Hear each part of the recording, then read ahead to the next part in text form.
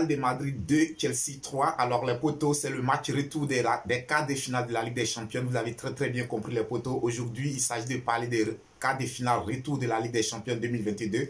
Alors sachez que le Real de Madrid a été battu à domicile sur sa pelouse par Chelsea sur le score de 3-2. Et de l'autre côté, nous avons le Bayern de Munich qui recevait l'équipe de Villarreal. Bonsoir les potos, bonsoir les amis, bonsoir à tous nos abonnés. Alors avant de continuer, si tu n'es pas encore abonné à notre chaîne, ben, nous t'invitons à t'abonner. D'ici là, poteau, on se dit juste après le générique.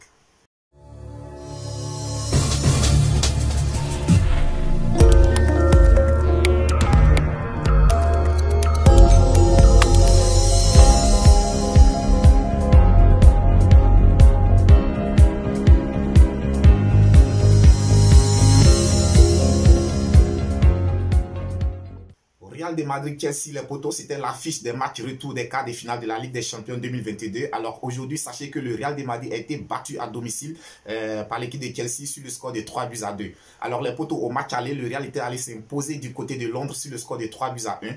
Donc il fallait impérativement au protégé de Thomas Tuchel renverser la vapeur du côté de Santiago Bernabéu.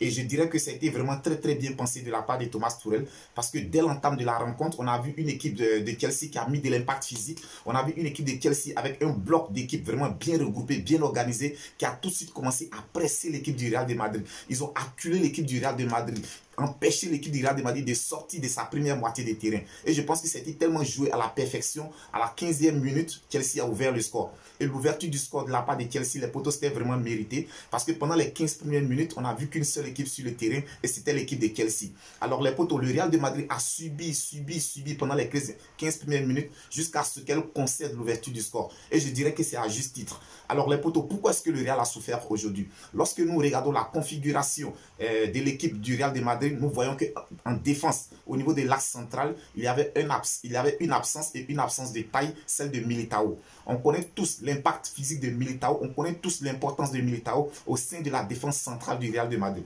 Alors aujourd'hui, Militao n'étant pas là, il a été remplacé par Nacho. Et on le sait tous les potos, Nacho cette année, il n'est pas en forme et Nacho n'a pas l'habitude de jouer avec Alaba. Donc la paire défensive Nacho-Alaba, c'est quelque chose qui n'allait jamais fonctionner. Et je pense que Carlo Ancelotti le savait dès le début. Dès le début, Carlo Ancelotti savait que cette paire défensive ne pouvait pas fonctionner. Mais il était dans l'obligation de les mettre. Parce qu'il n'y a pas, le Real offensif et défensivement, l'effectif du Real est pauvre défensivement. Alors, en associant Alaba et Nacho, je pense qu'il a demandé à Casemiro de rester juste devant la défense pour pouvoir vraiment colmater toutes les brèches que laisseront ces deux défenseurs centraux. Et aujourd'hui, c'est ce que Casemiro a fait. Casemiro est resté fixé devant la défense centrale.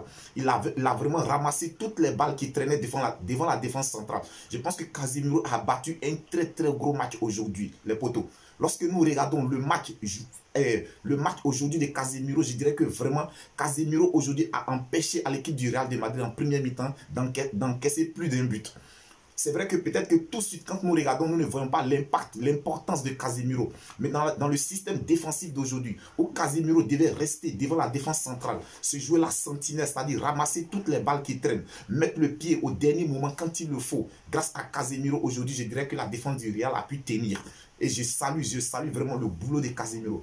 Donc Casemiro étant très bas, les potos, nous connaissons tous l'importance que Casemiro apporte sur le plan offensif et défensif dans l'équipe du Real de Madrid. Et aujourd'hui, étant très bas, je pense que ça a favorisé le pressing de l'équipe de Chelsea. Ça fait que Chelsea a maintenu l'équipe du Real de Madrid dans sa dernière moitié de terrain. Donc cette pression, le Real a subi la pression, le Real a supporté jusqu'à ce qu'elle encaisse. En première mi-temps, on a vu une équipe de Chelsea qui a vraiment dominé l'équipe du Real de Madrid. Lorsque nous regardons les statistiques, en première mi-temps, en possession des balles, l'équipe de Chelsea était à 56%. Tandis que l'équipe du Real de Madrid avait 44% de possession des balles. Et Chelsea s'est créé encore plus d'occasions en première mi-temps, les potos. Donc en première mi-temps, nous n'avons vu qu'une seule équipe sur le terrain qui était l'équipe de Chelsea. Au retour des vestiaires, Chelsea a continué à accentuer. Chelsea a continué sur sa même lancée, a continué à presser cette équipe du Real de Madrid pour essayer de refaire son retard. Et je pense que Chelsea est parvenu à refaire son retard. Sur un corner où la défense du Real était vraiment un peu à manquer de vigilance, ils ont laissé tout seul Rudiger dans la défense centrale. Alors sur un coup de tête, Rudiger parvenait à battre le portier du Real de Madrid. Donc à 2-0, je pense que les compteurs étaient remis à 0 dans les deux camps. Il fallait obligatoirement maintenant à l'une ou l'autre équipe marquer un but afin de pouvoir remporter le gain du match. Et je pense qu'à ce jeu, c'est l'équipe de Chelsea qui a été encore plus prompte. Chelsea a continué de presser. Chelsea a continué de pratiquer son jeu jusqu'à ce que Chelsea marque encore le troisième but. Je dirais qu'à 3-0, Chelsea était à un doigt de pouvoir réaliser la remontada du côté de Santiago Bernabéu. Donc, étant mené 3-0, je pense que c'est à partir de ce moment que Carlo Ancelotti a pris ses responsabilités. À partir de ce moment, Carlo Ancelotti a commencé à faire des réaménagements tactiques. Il a procédé à des changements. Il a fait sortir Toni Kroos, il a fait entrer Camavinga. Il a fait sortir de l'autre côté, il a fait sortir Toni Kroos, il a fait entrer Camavinga. Donc, il a fait rentrer le jeune Rodrigo. Je pense que c'est l'entrée de Camavinga et de Rodrigo qui a vraiment changé la physionomie du jeu. L'entrée de Camavinga et de Rodrigo a changé le visage de l'équipe du Real de Madrid. Et je dirais que l'entrée de Rodrigo était vraiment salutaire. Parce que c'est le but de Rodrigo qui permet à l'équipe du Real de Madrid d'aller jusqu'aux prolongations. Et les potos, que dire de la passe de Modric sur le but de Rodrigo. Lors du match aller, sur le deuxième but du Real de Madrid, j'avais posé une question de savoir est-ce que Modric avait des yeux derrière la tête. Mais lorsque nous regardons aujourd'hui la passe qu'il donne à Rodrigo pour le but du Real de Madrid, les potos, si ce n'est pas un grand joueur, si ce n'est pas de l'art, je ne sais pas comment est-ce que je pourrais qualifier cette passe.